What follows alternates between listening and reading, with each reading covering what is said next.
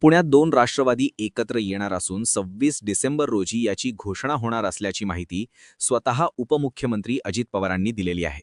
पुण्यात पुढच्या 48 तासात राष्ट्रवादीचा विषय क्लिअर होईल. युती जाहीर होताच जागा वाटपाबाबतही अंतिम निर्णय सुप्रिया सुळे आणि अजित पवार हे संयुक्तपणे घेतील. लवकरच दोन्ही नेते थेट चर्चा करतील. त्यानंतर जागा वाटपाचा फॉर्म्युला अंतिम केला जाईल. आणि असंही कळतंय की शरद पवार गटाने 40 ते 45 जागांची मागणी केली आहे. पण अजित पवार गट 30 जागा सोडण्यास तयार आहे. याचा फायनल आकडा लवकरच स्पष्ट होईल. पण दोन्ही राष्ट्रवादी एकत्र येण्यामुळे पक्षात दोन गट पडलेत. एका गटाचं म्हणणं आहे दोन्ही राष्ट्रवादीने एकत्र यावं, तर प्रशांत जगतापांचा मात्र या युतीला जोरदार विरोध आहे. दोन्ही राष्ट्रवादी एकत्र आल्यास आपण राजीनामा देऊ असा इशारा त्यांनी दिलेला आहे. आणि त्यानंतरही दोन्ही राष्ट्रवादीतील नेत्यांची गुप्त बैठक ही झाली. युतीवरती शिक्कामोर्तब झाला तसा इकडे प्रशांत जगतापांचा राजीनामा देखील पडला. पण प्रशांत जगतापांचा राजीनामा अद्याप स्वीकारला गेलेला नाही, अशी माहिती सुप्रिया सुळेंनी दिली आहे. शिवाय 25 किंवा 26 डिसेंबरला दोन्ही राष्ट्रवादीची युती जाहीर होणार असल्याची माहिती अजित पवारांची राष्ट्रवादी काँग्रेसचे पुणे शहर अध्यक्ष सुभाष जगताप यांनी दिली आहे. यामुळे आता चर्चा सुरू झाल्यात की अजित पवारांना शरद पवारांची अजूनही राजकीय गरज का वाटतेय, तर याबद्दलच बोलूया.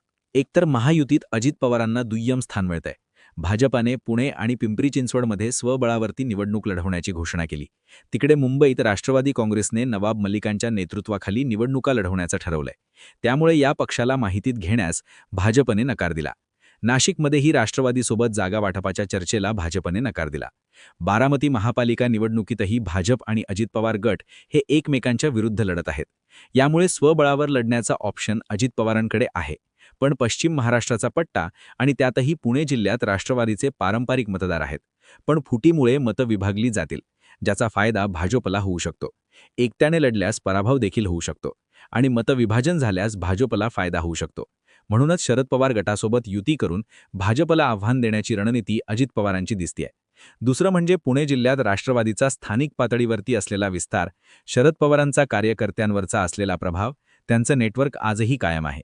नुकत्याच झालेल्या नगर परिषद निवडणुकांमध्ये भलेही अजित पवारांच्या राष्ट्रवादीने पुणे जिल्ह्यामध्ये चांगली कामगिरी दाखवली, पण शरद पवारांच्या प्रभावाशिवाय महानगरपालिकेच्या निवडणुका जिंकणं त्यांना आव्हानात्मक वाटू शकतं.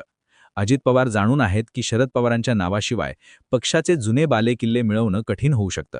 म्हणूनच शरद पवारांच्या छत्रछायेची गरज लक्षात घेऊन अजित पवारांनी या युतीचा विचार केलेला दिसतोय.